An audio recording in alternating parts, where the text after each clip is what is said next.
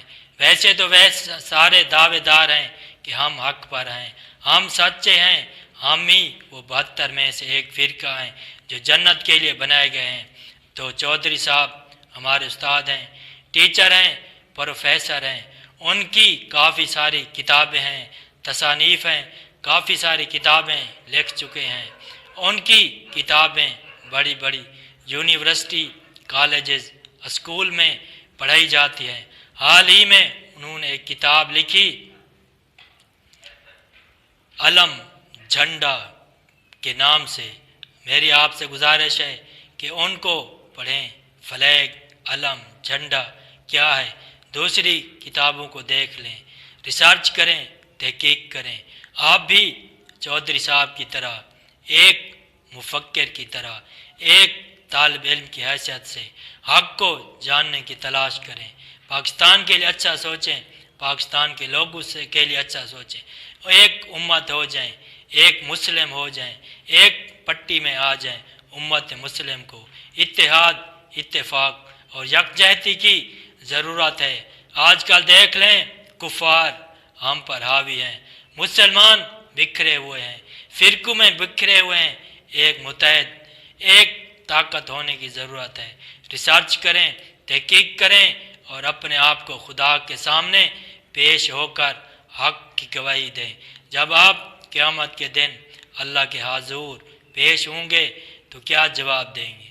تو آپ تحقیق کریں، لکیر کے فقیر نہ بڑھیں، بڑے بڑے علماء کرام کو سنیں، بڑے بڑے مفتیز کو سنیں، آپ کو پتہ چل جائے گا کہ حق کہاں ہے۔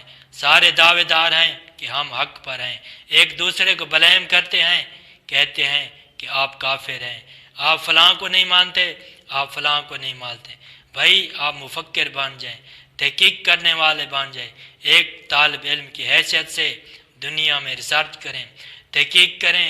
بڑا مواد ہے اس دنیا میں، عربی، اردو، فارسی میں اسلام کے لیے، اسلام کا بہت بڑا مفاد ہے۔ آپ بڑے بڑے لوگوں کو سنیں، کتابیں پڑھیں، تحقیق کریں، ریسرچ کریں، ایک مسلمان ہو جائیں، ایک امت ہو جائیں۔ پاکستان کے لیے دعا کریں۔ پاکستان زندہ باد، پاک فوج پائندہ باد۔